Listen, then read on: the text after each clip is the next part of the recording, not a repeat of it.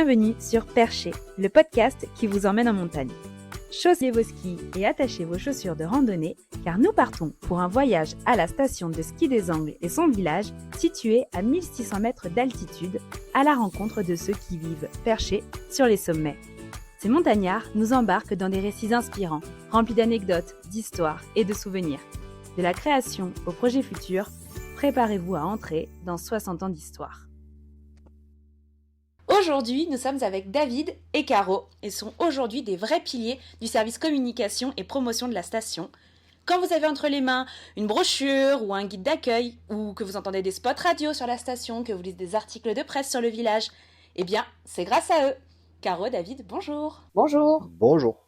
Alors, il faut quand même savoir que nous travaillons tous les trois dans le même service et j'ai personnellement hâte de connaître toutes les anecdotes sur la communication de la station des skis. Comment c'était avant ? Comment est-ce que les gens ont découvert qu'il y avait une station de ski qui avait été créée aux Angles ? En fait, nous, on est arrivés effectivement avec David fin des années 90. Mais avant, c'était comme tout le développement du tourisme dans les années 60-70. C'était avec des articles de presse. On n'avait pas toute la technologie qu'on a maintenant avec les réseaux sociaux ou les spots pubs et les brochures.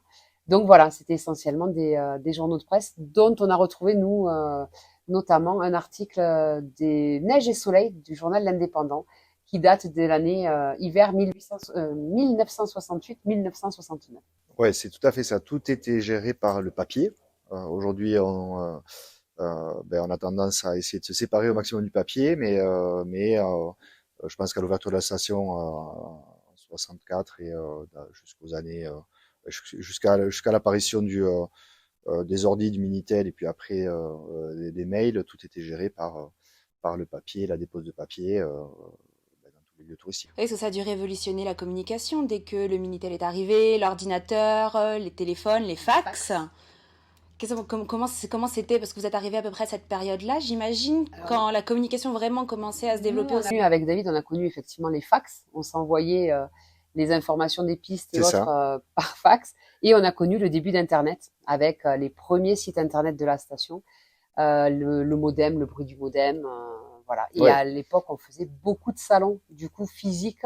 On allait se déplacer dans des grands salons, les foires expo, voilà. On allait un petit peu partout. Le papier, on allait déposer les prospectus sous les pare-brises des voitures. Hein. Alors ça, c'était un petit peu avant notre génération, mais c'était ça. On partait avec des gros cartons de doc pour aller les distribuer physiquement dans tous les endroits où on voulait faire la promo et on voulait faire de la pub pour la station.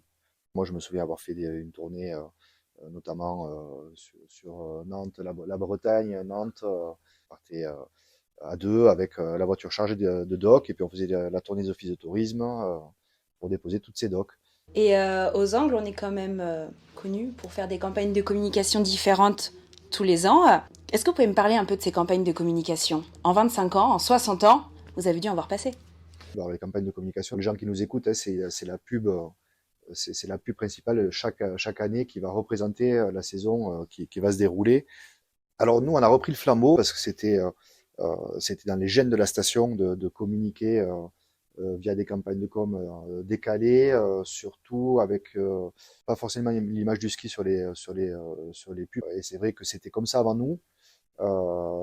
C'est comme ça aujourd'hui. J'espère que ça sera toujours comme ça après nous. C'est vraiment dans l'ADN de la station des Angles, en fait, d'avoir des campagnes toujours un petit peu, pas forcément provocantes, hein, mais en tout cas décalées ou qui font passer un message, et tout en marquant que les Angles, c'est du ski aussi. Donc voilà, on s'amuse beaucoup, en tout cas chaque année, à essayer de créer de nouvelles campagnes et de voir un petit peu ce qu'on pourrait arriver à faire. Oui, et en même temps, c'est très sérieux. Hein. On s'amuse beaucoup, mais en même temps, non, mais c'est vrai. Hein, oui. on met plusieurs thématiques sur la table. Enfin, voilà, il y a un travail de fond derrière. Alors, bon, évidemment, chaque année, d'une année sur l'autre, elle peut plus ou moins plaire, plus ou moins avoir du succès, mais oui, parce qu'après, c'est des idées que chacun partage, mais d'où viennent ces idées ? Est-ce que vous vous inspirez du coup de la demande de la clientèle ? Est-ce qu'on s'inspire de ce qui se passe à l'extérieur ? Comment ça se passe ? En fait, ça peut coller à l'actualité de la station. Par exemple, l'année où on a fait la campagne de communication sur Angléo, on a mis Angléo et le ski en même temps, donc c'était la nouveauté.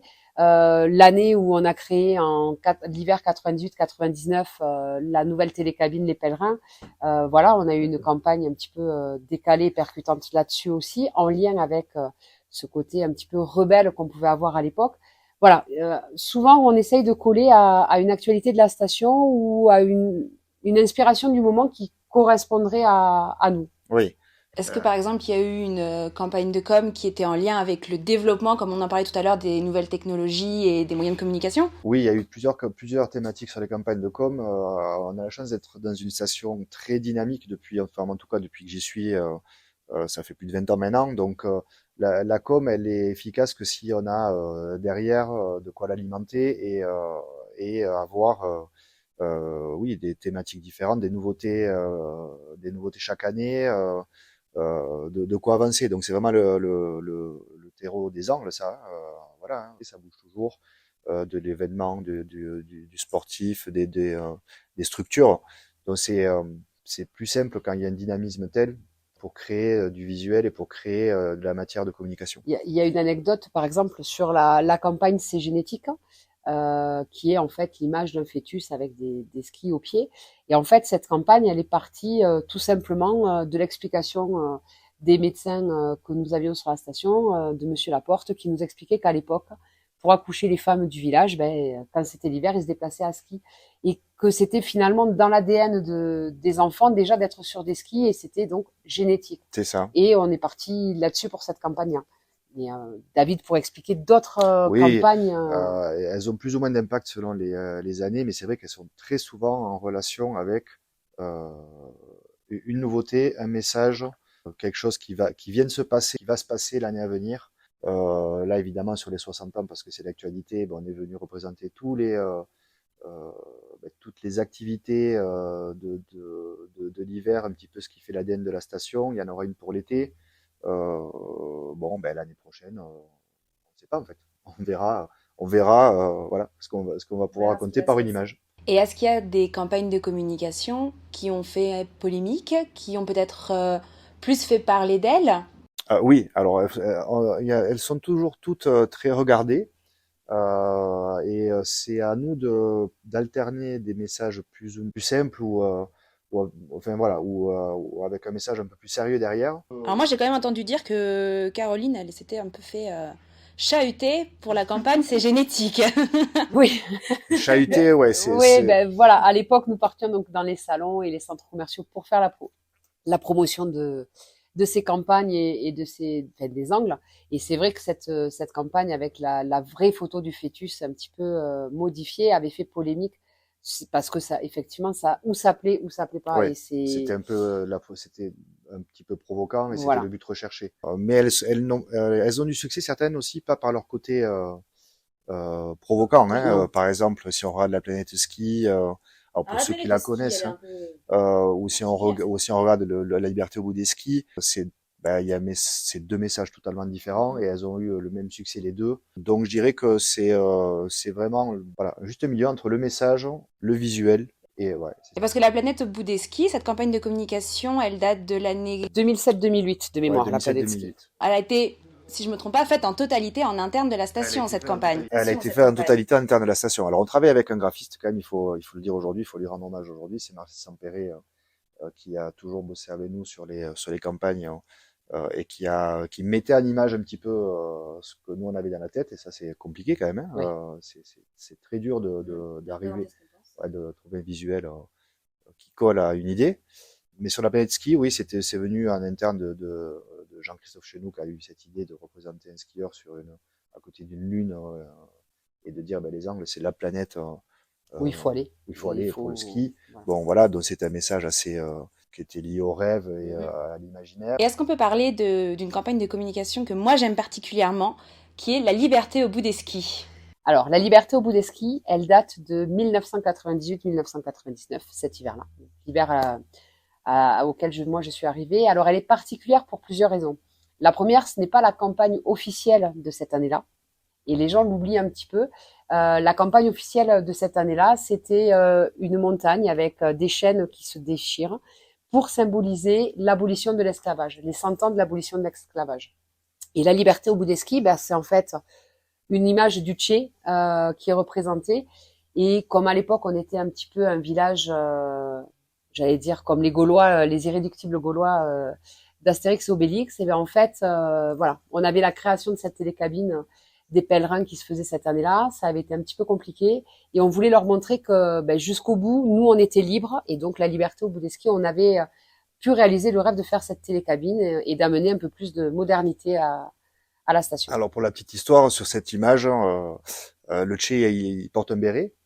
Et ce béret, il est avec le logo des Angles devant. Donc pour ceux qui connaissent le personnage historique du Tché, évidemment, il a pas un béret avec le logo des Angles, mais on avait fait faire des bérets à l'époque, je me souviens. On les avait eu. Avec le logo des Angles au milieu, et donc on portait tous notre béret avec le logo des Angles. Et quand on a fait l'inauguration donc de la télécabine, on a eu le privilège d'avoir la femme du Tché qui est venue et de passer les Angles et Cuba pendant un petit moment ont été liés. Ouais, c'était incroyable. Jusqu'au bout du monde, elle est allée cette affiche. Exactement. Et est-ce qu'il y a une campagne pour vous qui ressort, qui est phare et peut-être qu'aujourd'hui encore, les gens peuvent s'en souvenir, même si elles sont toutes bien. Non, mais moi, voilà, on a parlé de ces trois, donc pour moi, personnellement, c'est ces trois qui ressortent parce que ça, c'est plutôt dans mon tempérament d'avoir des campagnes qui ont un sens et qui vont porter un message. Ça, c'est plutôt ma sensibilité à moi. Peut-être Caro en aura une autre, parce qu'il y en a qui sont esthétiques tout simplement par l'image. Oui, c'est vrai qu'elles sont toutes différentes, même niveau visuel. Outre le message qu'elles passent, on a des dessins, on va avoir des photos, on va avoir plus du graphisme. Alors on les a affichées, je le dis vite fait, mais elles sont toutes affichées dans la station. Et oui, parce qu'on le rappelle, donc il y a une exposition pour les 60 ans de la station qui est sur le village. Caro va nous en parler. Et oui, effectivement, donc cette exposition qui regroupe presque 600 photos, en fait, d'hier et d'aujourd'hui du village, de la station de ski, de ses habitants, de ses maisons, l'évolution un petit peu urbaine des pistes, enfin de tout. Vous allez pouvoir les retrouver dans tous les commerces partenaires, l'Office du tourisme, la télécabine, la salle Orsac, etc., etc. Il y a un jeu concours avec et c'est assez incroyable de voir comment c'était, comment c'est devenu. Même si nous, ça fait avec David 25 ans qu'on est là, on a vu certaines évolutions, mais 60 ans, c'est encore incroyable. Et ces affiches ont été primées à plusieurs reprises. Alors laquelle a été primée Alors la liberté au bout du ski a été primée, le C génétique a été primé, la campagne de communication, il me semble, il y a 3 ans, a été primée. Sauvage par nature Sauvage, voilà, exactement. Sauvage par nature, c'est fait hiver-été, donc oui, celle-là a été superbe, donc elle a été primée aussi. Donc on en est fiers, on le dit. Oui, carrément.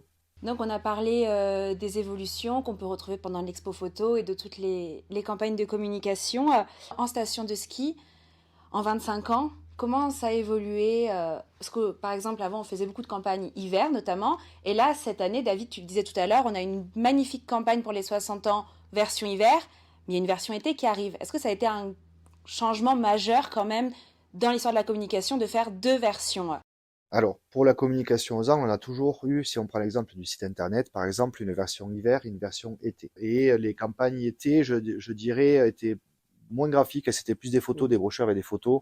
Oui. Caro, c'est ça, avec, on venait représenter plus des gens en randonnée, etc. Et puis un jour, on s'est dit, pourquoi ne pas réfléchir à une campagne de communication hiver et avec aussi la possibilité de la décliner en été. Et ça s'adapte l'été. Ouais, voilà. Et puis il faut pas oublier que depuis quelques années aussi, on devient une des stations en fait 4 saisons. On est en train de devenir, on est effectivement une belle station de ski, mais on a quand même des activités l'été qui sont assez agréables à vivre, que ce soit au niveau du lac de Matemal ou sur le domaine avec le bike park et la luge. Et du coup, c'était important aussi pour nous, je crois, ces dernières années, de montrer aussi aux gens que il y avait de l'hiver. Et c'était indéniable, c'est un spot fantastique. Mais il y a aussi l'été et que ça mérite d'être découvert. Et donc on parlait des 60 ans.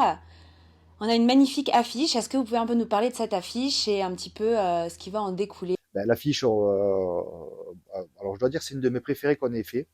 Très sincèrement. Pourquoi? Parce que colle à ce que je t'ai dit, elle est 100% graphique. Chaque petit dessin a été fait individuellement Exactement. par une graphiste. Donc là, je remercie Nathalie et à Trapal. Pour la réalisation voilà, de cette campagne, la réalisation graphique, elle est superbe. Et en plus, si je peux me permettre, ce visuel, on peut le retrouver partout sur la station et le village chez les commerçants. Exactement, on a des commerçants qui ont fait des affiches, hein, d'autres qui vont faire des sweats et des t-shirts. Donc c'est vrai que voilà, tout le monde se l'a appropriée parce qu'elle est, elle est parlante, elle est colorée, elle est vive. Puis il y a tout, quoi. C'est voilà, 60 ans de bonheur avec nos vacanciers, nos salariés, nos habitants, nos commerçants. Ouais, elle représente tout à fait l'état d'esprit de la station. L'avantage de vivre dans une station de ski ou dans une station de 4 saisons qui vit au rythme un petit peu des saisons comme ça, c'est d'avoir toujours ce côté un peu festif. On ne s'ennuie pas et on n'est pas blasé d'une routine qui pourrait s'installer métro, boulot, dodo. C'est la fin de cet épisode.